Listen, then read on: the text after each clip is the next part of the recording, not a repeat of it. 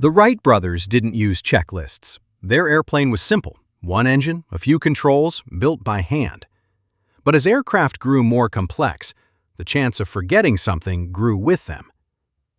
On October 30th, 1935, Boeing rolled out the Model 299, a massive four-engine bomber. One of the Army's most experienced pilots took off, climbed to 300 feet, stalled, and crashed. The cause wasn't the airplane. He'd forgotten to release a single locking pin. The newspapers called it too much airplane for one man to fly. Boeing was nearly finished. They'd lost the contract. But a small group of test pilots refused to give up on the airplane.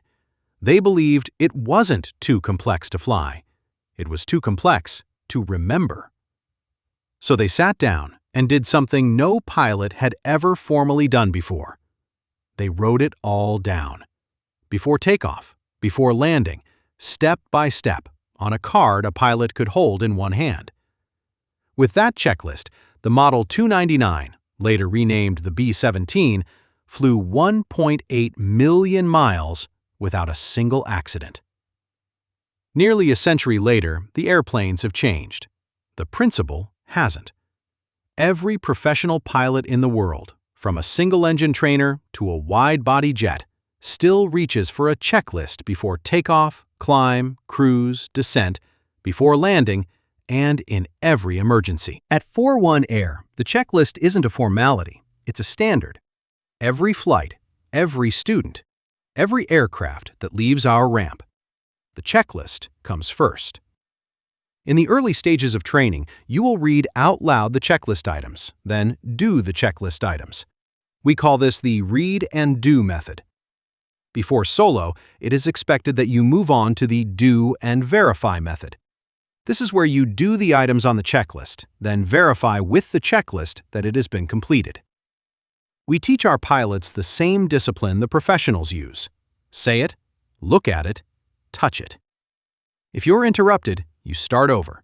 No shortcuts. No, I think I got that one. Because the airplane doesn't care how experienced you are. It only cares whether every switch is exactly where it belongs. You will find various checklist items in your POH or AFM. The normal checklist will consist of things like your pre-flight inspection, engine startup, taxi, run-up, takeoff, climb, cruise, descent, before landing, and shutdown.